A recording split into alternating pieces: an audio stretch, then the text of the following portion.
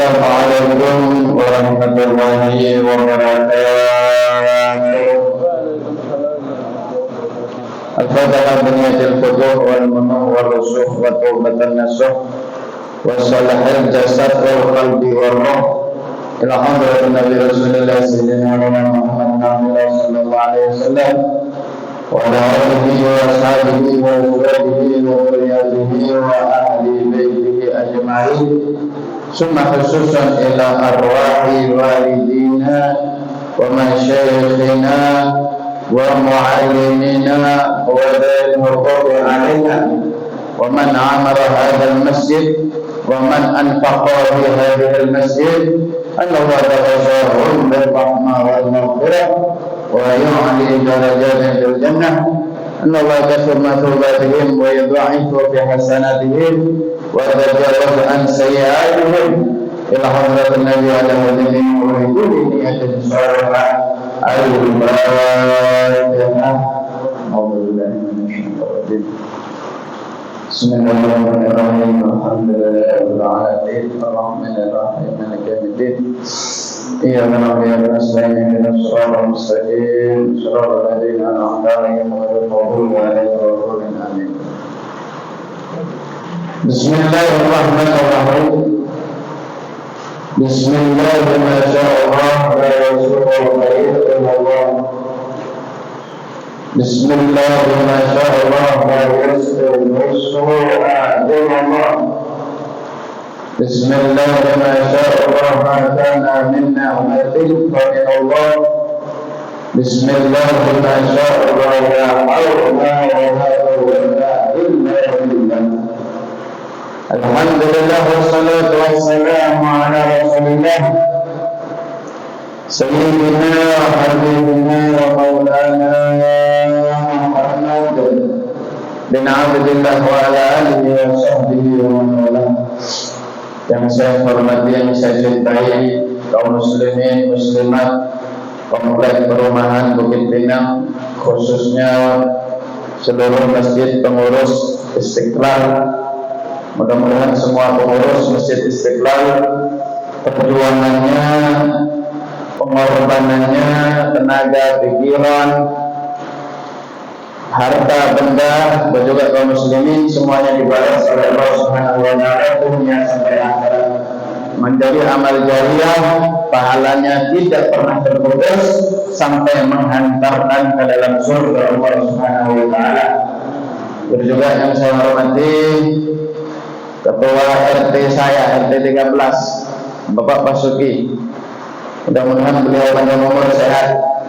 Insyaallah RT saya ini RT yang paling semangat selama saya kenal RT. Soalnya RT saya dua aja. Satu sudah pensiun, sudah tua Pak. Sudah waktunya fokus ibadah. Giliran yang muda maju. Mudah-mudahan membawa masyarakat tambah baik dan membawa lingkungan masyarakat lebih baik lagi. Amin ya rabbal alamin. Ada rencana naik kades kah? Oh, apa kamu? Lurah. Jangan dirahmati Allah Subhanahu wa taala. Kenapa sih kita ini bisa di dalam kehidupan mencapai kepada sesuatu? Contohnya salah contoh ini lah. Ketika dalam keadaan capek, sebagian kita ngantuk, tambah lagi pagi hari sedang hujan. Kenapa kok bisa pian itu sampai ke masjid, sholat berjamaah, berzikir berwirid? Apa sebabnya coba? Kenapa? Karena kuatnya niat.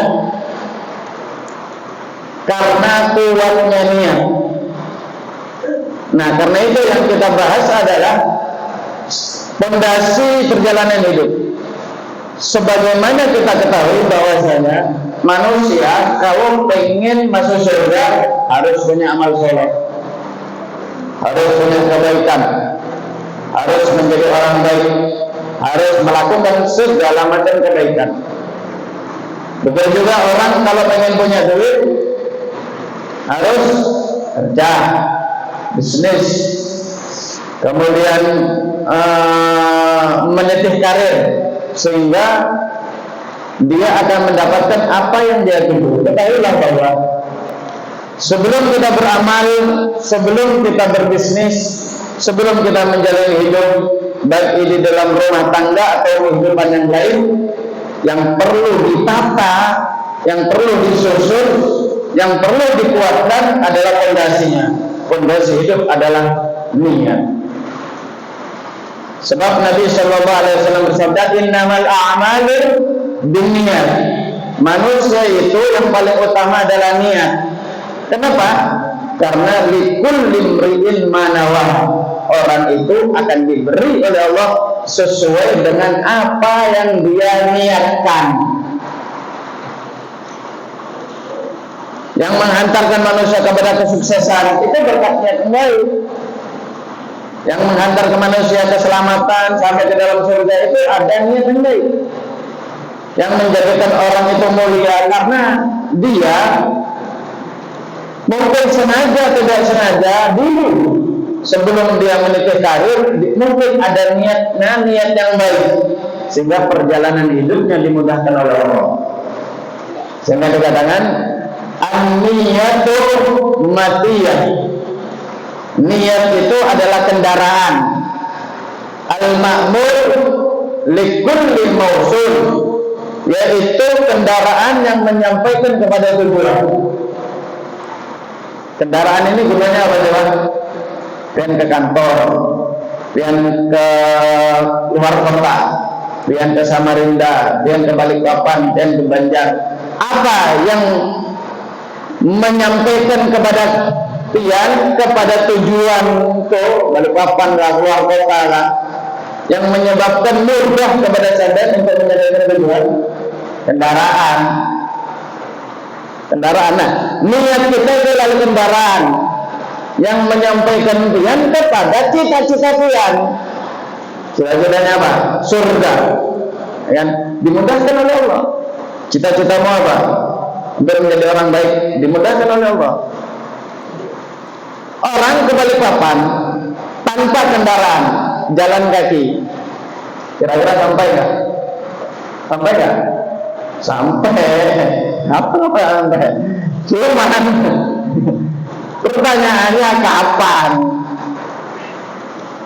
Sampai pun dengan susah payah. Terus gimana agar bisa sampai ke Balikpapan? Pakai kendaraan dong. Kalau kendaraannya bagus berarti tambah cepat perjalanan pian sampai Balikpapan. Pakai Pajero, pakai Fortuner, sampai Tol Manggar sejam setengah sudah sampai Balikpapan. Coba kan nggak pakai kendaraan jalan kaki, seminggu untuk sampai itu. Walaupun sampai pun dengan susah payah. Nah begitu juga perjalanan hidup kita itu panjang, jauh. Menuju kesuksesan itu jauh, menuju surga itu jauh, menuju menjadi orang yang mulia itu jauh, punya jabatan itu jauh, rezeki itu jauh. Ini perjalanan jauh. Untuk memudahkan sampean untuk sampai ke cita-cita pian harus punya niat yang kuat. Oke, yang pertama hikmah.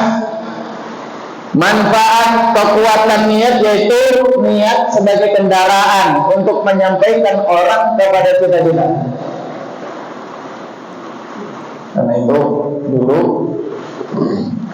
sebelum adanya kita para alim ulama,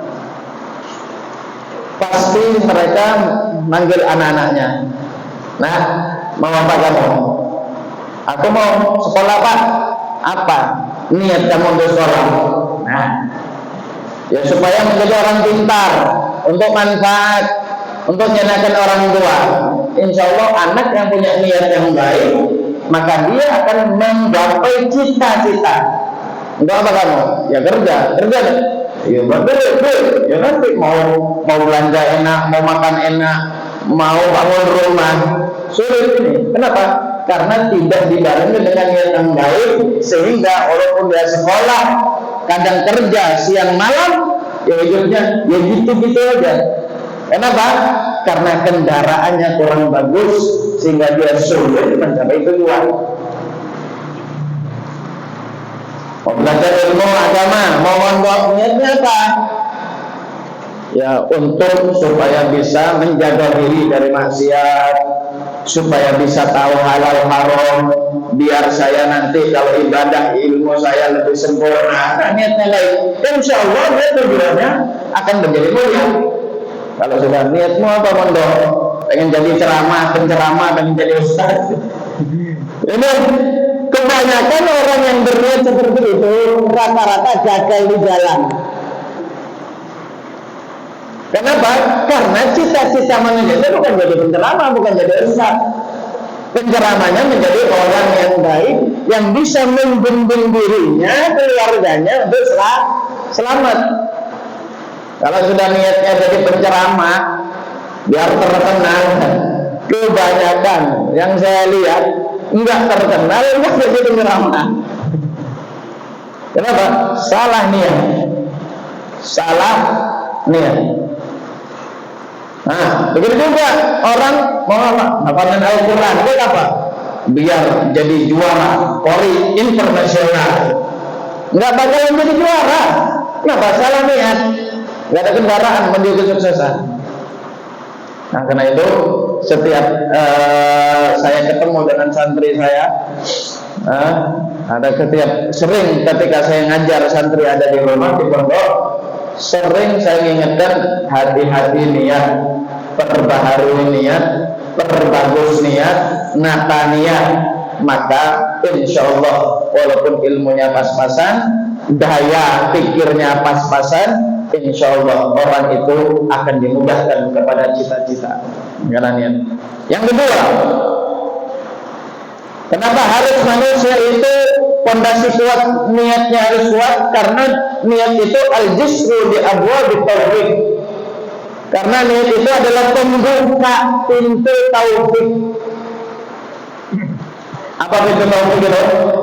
Khalqul qudrah fit ta'ah lil abdi. Ciptaan kekuatan yang Allah berikan kepada hamba, sehingga orang itu diberikan kemampuan, diberikan bantuan untuk mendapatkan apa yang dia inginkan. Sampean kalau tidak dapat bantuan Allah, sulit untuk kaya. Sampean kalau tidak dapat bantuan Allah, sulit untuk cari duit. Sampean kalau tidak dapat bantuan Allah, sulit untuk cari rezeki. Sampean kalau tidak dapat bantuan Allah, sulit untuk menjalani rumah tangga. Ruwet, bulat, mumet. Kalau nggak dapat bantuan Allah itu rumah ruwet terus, mumet terus.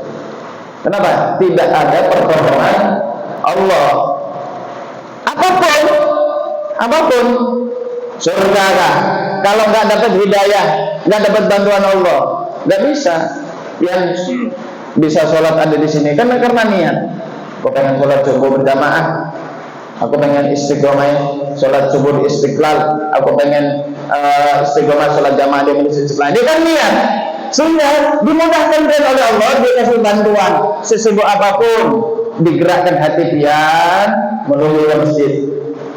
Secapek apapun, digerakkan langkah pian menuju ke masjid. Ditolong oleh Allah. Kalau enggak, enggak ada niat, enggak ada kepingin, enggak ada niatan yang kuat untuk melangkah atau untuk berjamaah ke masjid, ya Allah enggak akan bantu dia sehingga dia mendapatkan apa yang dia niatkan. Semua keinginannya.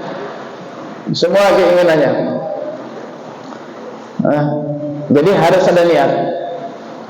Aku kerja. Apa niatmu? Pengen mengumrahkan orang tua. Kabul. Kenapa? Karena nanti akan ditolong oleh Allah, entah bagaimana caranya, lewat rezekinya dilancarkan, usahanya disukseskan. Yang penting kamu akan bisa mengumrahkan orang tua. Aku kan cuma jualan sembako biasa, aku kan cuma ojek online, aku kan cuma pegawai pabrik, masa mampu? Iya, bagi kamu nggak mampu, tapi bagi Allah maha mampu. Innallaha ala kulli syai'in qadir. Tidak ada yang mustahil bagi Allah. Pengen aku haji, niatkan dulu. Gimana Allah akan berangkat kamu umroh, berangkatkan kamu haji, menjadikan orang yang mulia, sedangkan diri kita aja nggak ada kepengenan, nggak ada kepikir. Sudah kecil hati duluan kita ini. Sudah kecil hati duluan. Gak mungkin aku bangunkan rumah orang tua. Nong saya aja masih ngontrak lo. Kamu aja gak kepikiran. Gimana Allah akan bantu? Gimana Allah akan berikan kamu taufik? Sedangkan kita belum pernah kepikiran untuk menyenangkan orang tua. Karena itu para kiai dulu jadi orang kaya. Gimana cara mereka kiai? Niatkan kalau kamu punya duit untuk orang tua, kalau kamu punya duit untuk menyenangkan orang tua, kalau kamu punya duit untuk membantu orang tua, maka insya Allah lambat atau cepat rezeki kamu akan dibukakan lebar oleh Allah, dapat bantuan dan pertolongan Allah. Kenapa? Karena berkat niat baikmu. Kamu kawin niatnya apa? Ya biar kalau kondangan nyaman, tidak kesepian. Ya kalau malam nggak kedinginan. Banyak saudara orang pacaran 10 tahun, nikah 10 bulan cerai. Kenapa? Perjalanan hidup itu panjang. Sholat itu ibadah sebentar, puasa ibadah sebentar, haji ibadah juga sebentar, 40 tahun selesai. Tapi kalau pernikahan puluhan tahun. Jadi ibadah yang paling lama bukan haji. Ibadah yang paling lama adalah pernikahan. Nah, kalau nggak kuat-kuat niat, selesai, gagal di jalan. Kalau tidak dapat pertolongan Allah. Sholat aja berat, padahal cuma 10 menit, 15 menit. Apalagi dalam rumah tangga. Ayo coba lihat, sampean. Wah, masalah dengan anak, masalah dengan suami, masalah dengan istri, masalah dengan ekonomi. Untung nggak bunuh diri kadang-kadang. Kalau nggak dikuatkan oleh Allah, masya Allah, hidupnya stres. Nah, karena itu Allah perlu menata niat sebelum melangkahkan kepada sesuatu dalam rumah tangga. Aku pengen punya rumah. Apa niatnya? Pengen bangun rumah. Ya biar nggak kontrak, biar saya nggak pindah-pindah. Maka sulit seandainya kabul dengan cara yang susah payah. Tapi ketika kamu punya niat yang baik, aku pengen punya rumah. Buat apa? Kalau ada saudara datang dari jauh, enak mereka bisa nginep di rumahku. Aku bisa menjamu tamu. Aku bisa bikin acara. No rumahku nanti aku akan bikin sholat, bikin bukaan, aku akan bikin maulidan, aku akan undang. Nah, insya Allah. Walaupun kelihatannya nggak mungkin, pasti mungkin. Kenapa? Dibukakan oleh Allah pintu taufik, pintu bantuan daripada Allah, dibantu sama Allah, sehingga cita-citamu membangun rumah tangga kabul. Amin ya rabbal alamin. Imam Junaid Al-Baghdadi beliau mengatakan, man fataha baban niyatan sholihan fatahullah sab'ina bab min abwabit taufik. Siapa-siapa orang yang membuka niat yang baik, maka Allah akan bukakan kepada mereka 70 pintu bantuan. Jadi bukan usaha otak kita aja yang kerja, bukan tenaga kita aja yang bergerak. Di balik itu ada kekuatan Allah yang mendorong dia. 70 pintu bantuan Allah yang mendorong, yang menjadi mesin sampean sehingga dia mudah untuk mewujudkan cita-cita. Insyaallah. Jadi anak sulit nggak? Sulit. Besarin anak sulit nggak Bu? Sulit. Anak saya lucu. Ketika Allah dinasihatin. Nah, karena itu niatkan ya Allah. Saya punya anak, saya niatkan kalau besar menjadi anak yang soleh, ahli ibadah, orang yang iman sama Allah, bisa bermanfaat untuk agamanya, bisa berbakti kepada orang tuanya, memberikan manfaat kepada kaum muslimin, manfaat dan masyarakat sekitarnya. Niatkan. Niatnya cuma dunia aja. Nak sekolah biar sukses kamu, biar sugih. Nak sekolah biar cari kerja gampang. Nak sekolah biar kamu cari duit gampang. Sulit anaknya untuk sukses. Kenapa? Karena niatnya tidak ada kebaikan sama sekali. Niatnya cuma dunia. Maka sulit untuk didapat. Kenapa? Karena dunia itu seperti bayangan. Semakin dikejar, itu bayangan kita semakin menjauh. Terus gimana? Gak usah dikejar. Nah, belakangnya aja. Minta kepada Tuhan yang menciptakan dunia, maka insya Allah akan mudahkan dia dapat yang namanya dunia. Salah satu amalan dari Rasulullah SAW, kalau pengen dilancarkan rezekinya, dimudahkan urusannya, dikabulkan hajatnya, yaitu membaca tasbihnya malaikat dan tasbihnya seluruh makhluk. Suatu saat ada sahabat Nabi, ya Rasulullah, inna dunya ya adbarat wa akbar wa anmalah. Ya Rasul, saya melihat rezeki saya ini lari. Ya Rasulullah, bagian rezeki saya ini kayaknya sudah hilang. Sulit ya Rasulullah, cari duit, cari kerjaan itu sulit. Untuk menjalani hidup itu susah. Maka Nabi SAW, aina tasbihal malaikah wal khalaik. Kamu sudah bacalah tasbihnya para malaikat dan tasbihnya seluruh ciptaan Allah. Jadi ciptaan Allah baik tumbuh-tumbuhan, binatang itu juga bertasbih jamaah. Sudah bacalah? Enggak ya Rasulullah, karena aku tidak tahu. Maka Nabi mengatakan, baca setiap hari, setiap pagi 100 kali tasbihnya malaikat, maka Allah akan bukakan kepada kamu pintu-pintu rezeki dan dunia akan datang sendiri kepadamu. Maka baca setiap pagi, subhanallah wa bihamdihi, subhanallah wal azim, astagfirullah. Itu biasanya bacaan dibaca sebelum sholat subuh itu biasanya.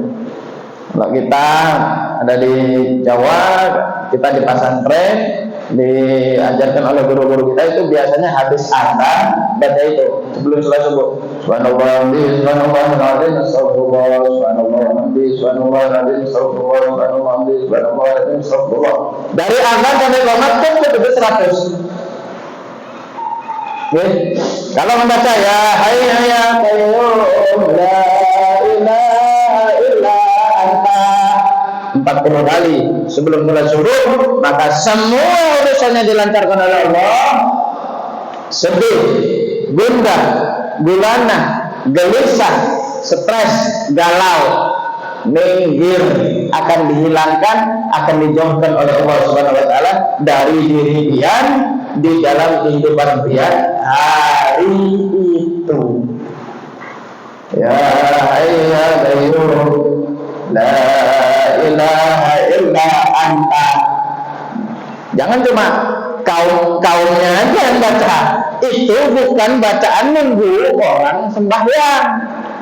Itu bukan bacaan nunggu yang datang dari rumah. Itu bacaan bukan nunggu orang sholat, tapi itu bacaan dibaca, dianjurkan untuk siapapun. Supaya apa? Hidupnya ibu-ibu biar tidak gampang galau, nggak gampang sedih, nggak gampang stres. 40 kali baca ya hayya qayyum la ilaha illa anta. Nah, jemaah yang dirahmati Allah Subhanahu wa taala, karena itu niat yang kuat akan membukakan pintu kesuksesan. Niat yang kuat akan membawa kepada kesuksesan. Niat di dalam hati akan membukakan 70 pintu bantuan. Allah Muhammad. Niat tahun kemarin kan belum kurban. Ini kan hari kurban nih. Niat Allah, aku malah dari rezeki tahun ini kurban. Niat dulu. Nah, enggak ada niat. Enggak ada kepengen. Gimana Allah akan bantu kamu? melancarkan rezekimu, mensukseskan usahamu untuk bisa berkorban, sedangkan tidak ada dan tidak ada keinginan ini untuk korban. Yang dipersiapkan kalau sudah dekat hari raya korban, bukan niat apa? Tusuk sate sama arang. Sudah siapnya korban lah, sudah apa? Tusuk sate sama arang. Nah, niat ya Allah, tahun-tahun kemarin aku selalu menerima daging korban. Aku niatkan, ada rezeki tahun ini korban, ada rezeki tahun ini korban, ada rezeki tahun ini korban. Insya Allah, suatu saat kalau nggak tahun ini, maka tahun depan pasti yakin. Allah Subhanahu Wa Taala akan wujudkan niat kita pasti akan menyembelih binatang kurban. Allah Subhanahu Ma'amila ibnu Adam amalan yaumin nahri ahabbu ilallah min iraqatid dam. Tidak ada amalan di hari raya kurban yang bisa menandingi. Tidak ada amalan yang paling dicintai oleh Allah. Tidak ada amal kebaikan, ibadah yang paling mendekatkan diri kepada Allah di hari raya kurban, hari raya Idul Adha, yang melebihi daripada menyembelih binatang kurban. Rasulullah sallallahu alaihi wasallam duha berudhiyah setiap tahun 2 kambing. 2 kambing. Yang satu untuk dirinya, yang satu untuk umatnya. Hadza min Muhammad wa ali Muhammad wa ummat Muhammad. Ya Allah, ini korbanku, wahyaku dan untuk umatku, kata Nabi. Sampai Rasulullah wafat, berwasiat kepada Sayyidina Ali, wahai Ali, enggak ya Rasul, nanti kalau aku meninggal dunia, tetap engkau sembelihkan aku binatang korban. Maka setiap tahun sampai Sayyidina Ali wafat, menyembelih 2 kambing korban untuk Rasulullah dan untuk dirinya Sayyidina Ali. Kalau wasiat, kalau berwasiat. Tapi kalau orang tua atau almarhumah siapapun selama hidupnya yang tidak pernah mewasiatkan kepada keluarganya untuk dikurbankan, bukan dikurbankan, apa bahasanya berarti? Untuk disembelihkan binatang kurban. Nah, karena mama, abah, walaupun sudah meninggal dunia, karena kalau ada rezeki, sembelihkanlah binatang kurban. Maka kalau ada wasiat dari almarhum dan almarhumah, sunnah, pahalanya besar. Anak tersebut atau orang itu akan mendapatkan pahala yang besar ketika menjalankan wasiat menyembelihkan binatang kurban. Tapi kalau almarhumah dan almarhum tidak wasiat, maka tidak disunnahkan dan tidak dianjurkan yang hidup menyembelihkan kurban untuk orang tua atau almarhum dan almarhumah yang sudah meninggal. Enggak sunnah, enggak dianjurkan. Terus kalau saya kurban boleh, enggak ada larangan, enggak ada juga perintah. Terus pahalanya itu orang tua yang sudah meninggal dunia, yang tidak ada wasiat untuk berkorban tapi dikorbankan, maka jatuhnya bukan pahala kurban, pahala sedekah biasa. Nah, terus gimana deh? Kurban itu buat yang hidup setiap tahun. Karena itu tetap kurban niatkan untuk pian. Kolektif kah? Untuk niatkan untuk pian. Korban kambing kah? Niatkan untuk pian. Sapi niatkan untuk pian. Ketika dia sembelih, ya Allah, aku berkorban tahun ini, pahalanya aku juga berikan kepada orang tua. Jadi kamu dapat pahala kurban, orang tuamu juga dapat pahala kurban. Tapi ketika menyembelih tujuannya langsung untuk almarhum dan almarhumah, maka itu jadi pahala sedekah biasa, bukan jadi pahala kurban. Kenapa? Karena kurban bagi orang meninggal dunia enggak sunnah juga enggak dianjurkan. Hadirin para jamaah yang dirahmati Allah Subhanahu wa taala. Nabi ketika haji wada, Rasulullah sallallahu alaihi wasallam berkorban 100 onta. 60 onta beliau sendiri dengan tangannya ya. Tinggal 40 diserahkan kepada Sayyidina Ali. Dan waktu haji wada Rasulullah menyembelihkan korban untuk istri-istri beliau dengan seekor sapi. Jadi paling afdolnya korban adalah kambing, karena kambing adalah binatang yang dicintai oleh Allah. Kambing adalah binatang yang paling diberkahi oleh Allah. Sehingga ketika Sayyidina Ibrahim alaihissalam mengkorbankan Nabi Allah Ismail, digantikan oleh malaikat bukan onta, bukan sapi, walaupun dagingnya lebih banyak, tapi dikirimkan pengganti Ismail, yaitu seekor domba, seekor kambing. Nah, karena itu paling afdolnya korban yaitu dengan seekor kambing.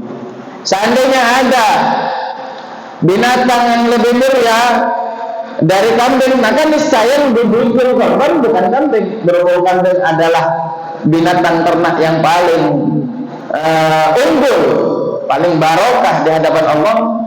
Nah, itu kambing dikirimkan pengganti Ismail. Itu kambing dari siapa?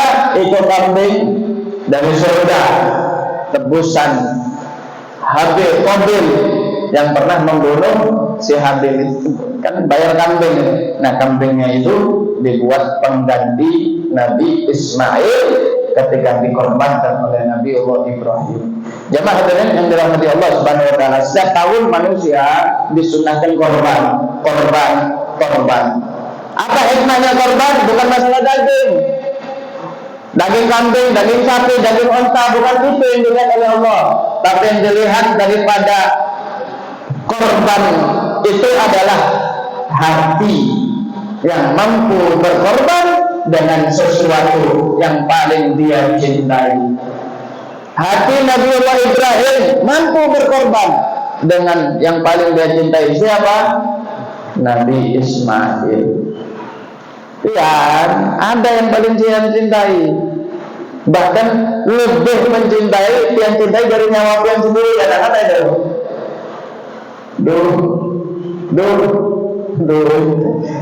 Siapa yang nggak senang dulu? Siapa yang nggak senang dulu? Orang stres ada senang dulu. Orang yang pasti senang dulu, tinggal dulu. Nah, karena itu kurban bukan masalah daging, tapi kurban itu bagi orang hati yang mampu mengorbankan hidupnya yang paling dia cintai. Apa itu? Duit. Siapa yang bisa paling banyak untuk mengorbankan yang dia cintai? Duitnya untuk mencari ridho Allah Subhanahu wa taala. Hadirin jamaah Bapak Ibu yang dirahmati Allah. Nabi sallallahu alaihi wasallam sabda, "Azimu dahayakum fa innahu 'ala sirati matayakum." Yang besar, yang bagus, yang istimewa hewan kurban kamu, karena itu nanti akan menjadikan tunggangan menyelamatkan kamu melewati jembatan Sirat, jembatan sepanjang 70 tahun perjalanan. Sini Banjar, berapa kilometer? Yang orang Banjar yang biasa ke Banjar, berapa kilo? 600 ada lah. 600 ada? Ada yang 600 meter, 600 kilo. Kalau berjalan dari Samarinda ke Banjar sebulan sampai jalan kaki sebulan sampai sebulan 600 kilo. Kalau seandainya orang berjalan kaki 70 tahun, kira-kira sampai mana ini? Ayo. Itu jembatan membentang di atas neraka jahanam, perjalanan 70 tahun lebih kecil daripada rambut, lebih tajam daripada pisau. 1000 tahun di atas dunia sama dengan 1 hari di akhirat. Pak, 1 hari di akhirat itu sama dengan 1000 tahun di sini. 1000 hari. 1000 tahun. 1 hari sana 1000 tahun. Bayangkan. Puasa kita yang banyak, sedekah kita yang banyak, sholat kita yang banyak, puasa kita yang banyak, amal kita yang banyak. Kalau dilihat dari kacamata langit, itu sedikit sekali. Ibadah kita yang 100 tahun, kita ibadah ya, siang, malam, pagi, sore 100 tahun. Kalau dilihat daripada kacamata langit, itu cuma hitungan jam.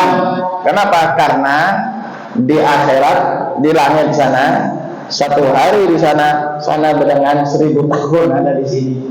Nah, karena itu orang kalau cuma ngandalkan amal masuk surga sulit. Kalau dia tidak dapat rahmat Allah, sulit. Mau jalan di atas jembatan Sirat gimana sih? Pakai kendaraan dong. Apa itu? Korban. Ya, nyaman masuk ke dalam surga. Amin ya rabbal alamin. Insyaallah. Jamaah yang dirahmati Allah Subhanahu wa taala. Sapi itu tidak harus 7 orang, boleh 1 orang, boleh 3 orang, cuma paling banyaknya 7 orang. Paling banyak itu. Mau berkorban, cuma bolehkah keluarga saya ini nggak sampai 7 orang korban sapi? Nah, itu 7 itu paling banyak. Seandainya seorang pun, istimewa itu. 2 orang, mantap. Nah, hadirin jemaah yang dirahmati Allah, setiap tahun orang itu sunahkan untuk korban, kecuali akikah. Kalau akikah itu seumur hidup sekali. Sudah gagal ya? Sudah akikah lah. Anaknya sudah diakikah. Nabi SAW bersabda, kullu mauludin murtahinan bil akikah. Setiap bayi yang lahir itu jiwanya masih tergadaikan di hadapan Allah. Kapan ditebus? Anak itu milik kita, zahir, batin, jasad dan roh. Ketika orang tuanya menyembelihkan akikah. Kalau enggak, maka anak pada hakikatnya bukan anaknya. Maka anak yang belum diakikah, doa tidak sampai kepada orang tua, doa orang tua enggak sampai kepada anak. Kapan di hari kiamat, nanti di akhirat. Tapi kalau di atas dunia ya tetap ya Allah, ampuni dosa-dosa yang ulun ya Allah, angkat derajatnya, panjangan umurnya ya sampai.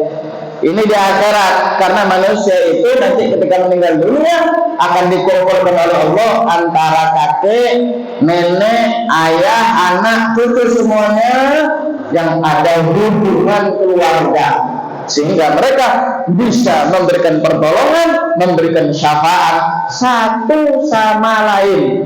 Itulah yang dimaksud syafaat. Doa itu artinya pertolongan.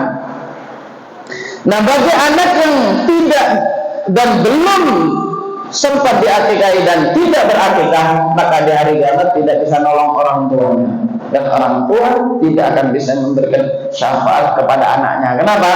Karena rohnya masih tergadaikan. Allah, orang tua saya ya Allah, atau ya Allah anak saya ya Allah, berikan syafaat kepada dia. Apa kata Allah? Bukan anak kami ya Allah, bukan anakmu. Aku yang melahirkan ya Allah, aku yang besarin, aku yang biayain sekolah, aku yang ngasih makan, aku yang berikan baju. Iya, tapi kamu belum tebus. Nah, sama dengan pian punya mobil, suratnya, PPKB-nya digadaikan. Itu mobilnya di rumah pian, dipakai pian, di garasi pian. Kalau rusak, pian dimasukkan bengkel. Kalau minyaknya habis, pian yang belikan. Cuman nggak ada PPKB-nya ini, nggak bisa diapa-apain, dijual nggak bisa, digadaikan lagi juga nggak bisa, karena nggak ada PPKB-nya. Kaya milik Tuhan, tapi dari hakikatnya bukan. Kenapa? Nggak ada PPKB-nya bagi sekolah. Bukan juga manusia. Belum dikatakan hakikatnya anak dengan orang tua dunia akhirat. Kalau dunia tetap anaknya, dia melahirkan, tapi di akhirat. Nah, tebus agar sama-sama selamat sampai masuk ke dalam surga dengan apa? Sembelih binatang kurban, binatang akikah. Sunnah akikah 7 hari. Gak mampu 7 hari, gak ada duit, berarti 9 hari. Gak mampu 9 hari, 11 hari. Itu kan ganjil. Sampai kapan? sampai umur 30, 35, 40 sampai orang meninggal dunia, nggak terbatas umur, boleh orang itu tetap dianjurkan untuk menyembelih akikah. Kalau orang tua yang belum diakikah, kita berakikah sendiri sebagai bentuk bakti anak kepada orang tua. Nggak ada jamaah hadirin yang dirahmati Allah Subhanahu wa taala, ya, orang nggak mampu untuk menyembelih akikah, 2,5 juta sudah dapat kambing, nggak ada duit, mau di rumahnya parkir motor kecil, benar nggak ada duit. Ada deh, insya Allah ada orang itu, cuman kadang masih banyak kebutuhan A, B, C, gak masalah, tapi pentingkan dulu, karena hidup kita bukan hanya di dunia, urusan kita bukan hanya di dunia, kita akan lanjut urusan perjalanan hidup nanti, masih ada akhirat. Mudah-mudahan selamat semuanya masuk dalam surga dan Allah selamatkan kita di akhirat. Amin ya rabbal alamin. Karena itu boleh ketika berkorban digabungkan akikah, cuma niatnya sendiri, nggak bisa gabung. Maksudnya satu-satu ini yang kolektif dong, itu boleh di dalam kitab takrib al-Baijuri, di dalam kitab syarat tarikh, orang 7 orang, yang 2 niat akikah, yang 5 niat kurban, boleh. Yang akikah dapat pahala akikah, yang kurban tetap dapat pahala kurban. Atau 7-7-nya niat kurban, niat akikah, boleh semuanya. Titip ke masjid boleh. Karena tujuan akikah dan kurban yaitu penyembelihannya. Sembelihannya itu lah. Ya. Karena itu seandainya kemudian kewajiban akikah itu adalah sedekah daripada daging walaupun sedikit. Orang misal saya nih kurban daging sapi tadi dibagikan kepada orang 5 kilo. Sisanya saya masak sendiri di rumah sama keluarga. Gimana deh? Sah kali? Sah. Karena kewajiban kurban itu adalah penyembelihannya dan syaratnya ada daging disedekahkan walaupun sedikit. Itu syarat sahnya daripada kurban dapat pahala kurban. Ya, walaupun sedikit. Nah, terus boleh, tapi buat apa juga kurban? Kalau seandainya disimpan sendiri, tujuannya kurban adalah it'amul mu'minin, dia patullah 'alal mu'minin, jamuan Allah di hari raya dan di hari tasyrik khusus orang beriman. Yang enggak iman tidak boleh diberikan daging kurban. Non-muslim tidak boleh diberikan daging kurban. Kalau diberikan oleh panitia atau kita memberikan dari daging kurban itu, maka kurbannya tidak sah. Terus gimana? Kita punya saudara, punya teman, punya tetangga yang non-muslim, kan lainnya diberi, sedangkan itu nanti hubungan gak enak, maka harus pindah tangan. Jangan diambilkan, ya alhamdulillah udah tetangga saya yang muslim, jangan pindah tangan dulu. Misal kita kasihkan sama Bapak Basuki ini korban dari masjid, saya berikan sama Pak Basuki. Nah, jadi itu sudah daging milik Pak Basuki ini. Jadi mulai Pak Basuki ini boleh terserah daging itu, mau dimakan boleh, mau digoreng boleh, mau jadikan rendang boleh, mau dijual boleh, mau disimpan sampai setahun boleh, mau dibuang boleh. Nah, dulu juga boleh diberikan kepada non-muslim, karena ini daging sudah bukan dari yang korban, karena itu daging sudah lewat penerima korban. Kalau seandainya salah dia tanggung jawab. Kalau nggak sah, dosanya panitia yang nanggung. Nanti di hari kiamat panitia yang nanggung. Jadi jamaah yang dirahmati Allah Subhanahu Wa Taala, itu pembagian daging kurban untuk khusus orang yang iman kepada Allah. Tapi kalau kita ada yang nggak iman pengen daging, dengan cara seperti tadi, itu namanya hilah. Terus orang yang kurban, apakah boleh makan daging kurban? Boleh, maka sangat dianjurkan. Jadi pada dasarnya kambing kurban, sapi kurban itu dibagi 3. Lil mudhi, lil aghniya, wa lil fuqara. Sepertiga buat orang yang kurban sekeluarga, sepertiga bagi orang yang kaya, dan sepertiga disedekahkan kepada orang kaum fakir miskin.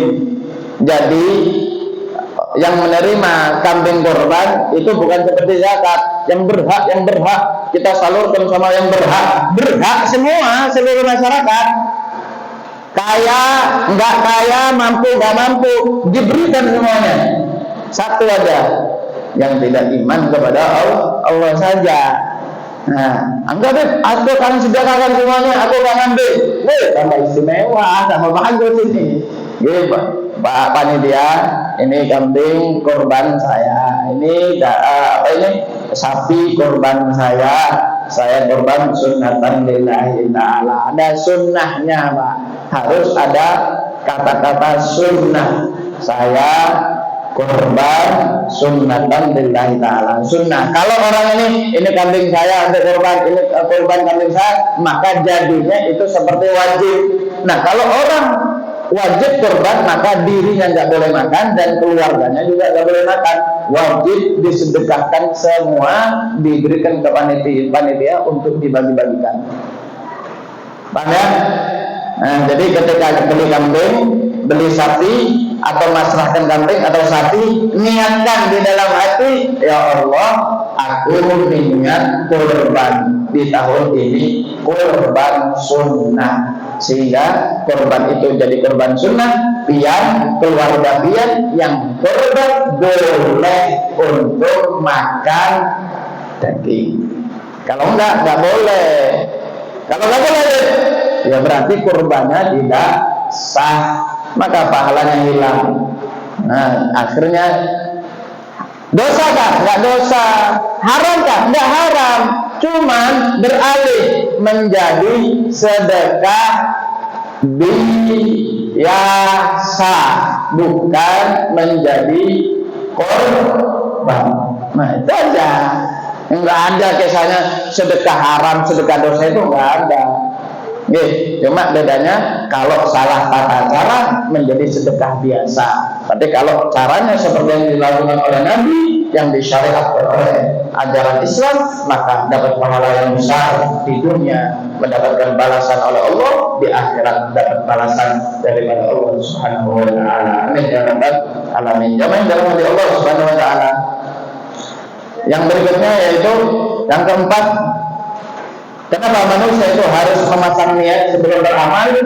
Karena al-ajru bila ta'ab, karena amal itu akan mendatangkan pahala tanpa capek. Pengen, kalau rencana tadi malam itu rencana, mau sholat subuh di masjid, ternyata ketiduran. Ketika dia melihat, aku mau sholat subuh di masjid, itu sudah ngantongin pahala sholat berjamaah walaupun belum sholat. Aku tahun ini mau kurban, sebelum kurban sudah ngantongin pahala kurban. Coba lihat, pahala tanpa capek. Aku mau sholat berjamaah nanti zuhur, sebelum zuhur dia sudah dapat pahala sholat berjamaah zuhur. Aku pengen haji tahun ini, dapat pahala haji sebelum berangkat haji. Aku pengen umroh tahun ini, aku pengen ini, pengen itu, maka dapat pahala apa yang dia niatkan di kulli imri'in ma nawa. Sehingga di dalam kitab Jawahirul Uliyah dikatakan, ana jama'atan dakhala ala batus sufiyah. Ketika itu ada seseorang kelompok manusia datang kepada seorang syekh. Syekh ini itu ketika sakit, maka syekh tadi mengatakan, ayo semuanya kita niat haji tahun ini, kita niat umroh, kita niat bangun masjid, kita niat sedekah, kita niat nyumbang semen di masjid Istiqlal, kita niat. Maka jamaah tadi bingung, kaifa anta ala hadil hala? Wahai syekh, kok niat aja ini? Sedangkan pulang juga kan mau meninggal, Islam dan pikirannya sakit. Maka syekh tadi mengatakan, in ashna wa faina wa in mutna hasanal ajruniyya. Kalau kami hidup, maka insya Allah akan dibantu untuk wujudkan niat. Kalau kita meninggal dunia, nanti di hari kiamat Allah akan berikan kita niat pahala yang banyak. Masya Allah. Di dalam satu riwayat bahwasanya dikatakan niatul mu'min khairan min amalih. Niatnya orang kadang lebih afdal, lebih utama daripada amal. Niat sholat kadang lebih utama dari sholat, niat puasa lebih utama dari puasa, niat umroh lebih utama dari umroh, niat haji lebih utama dari haji. Kenapa? Karena niat murni dari hati tidak akan pernah kecampuran riya. Tapi kalau amal, ibadah, haji, umroh, sedekah, bantu orang, gotong royong, itu semuanya kebanyakan bisa kemasukan dari riya. Baik, pengen paling depan, pengen dilihat orang, pengen dilihat lebih hebat, pengen dilihat paling alim, pengen dilihat orang yang paling istiqomah. Itu amal banyak kecampuran riya, bisa dilihat manusia. Tapi kalau niat di hati tidak ada yang tahu kecuali Allah. Karena itu dikatakan kadang niat lebih mulia, lebih afdal daripada amal, karena niat pasti ikhlas di hadapan Allah Subhanahu wa taala. Masyaallah, hadirin para jamaah yang dirahmati Allah Subhanahu wa taala. Karena itu, ayo sebelum kita memulai lagi perjalanan hidup, ajarin kepada anak-anak kita juga untuk menjalani hidup, pasang fondasi ceker ayam yang kuat, yaitu niat yang baik. Karena niat yang baik akan menghantarkan kepada cita-cita. Niat yang baik akan Allah mudahkan untuk mengkabulkan hajat. Niat yang baik Allah akan melancarkan rezeki. Niat yang baik akan memudahkan segala macam urusan. Niat yang baik akan menjadi kendaraan untuk suatu tujuan. Niat yang baik akan mendapatkan pahala tanpa capai. Inilah keutamaan niat yang diajarkan oleh Nabi Muhammad Sallallahu Alaihi Wasallam. Allah sehatkan badan kita, Allah lindungi kita, keluarga kita, orang kita cintai dari bala, dari musibah, dari malapetaka, bencana. Yang punya penyakitnya diangkat oleh Allah, yang punya penyakit disehatkan oleh Allah. Kita semuanya dilindungi dari penyakit zahir maupun penyakit batin. Allah mudahkan kepada kita pintu rezeki yang seluas-luasnya, rezeki yang halal, rezeki yang barokah, rezeki yang menambah kedekatan kita kepada Allah, rezeki yang menambah keistiqomahan kita kepada Allah, rezeki yang menghantarkan kita sampai gerbang surga Allah.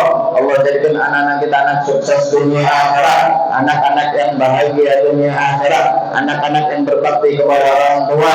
Allah jadikan anak-anak kita anak-anak yang dicintai oleh Allah, anak-anak yang ahli Al-Quran, ahli zikir, bakti sama orang tua, anak yang bisa membuat bangga dan bahagia hati orang tua dunia maupun akhirat. Allah berikan kita hidayah, Allah berikan kita istiqamah, Allah berikan kita husnul khatimah. Rabbana anfa'na bima 'allamtana, Rabbi 'allimna alladhi yanfa'una, Rabbi faqihna wa faqih lana wa qurrata lana fi dinina. Wa sallallahu alaihi wasallam Muhammadin walhamdulillahi rabbil alamin. Mudah-mudahan barokah dan manfaat. Assalamualaikum warahmatullahi wabarakatuh.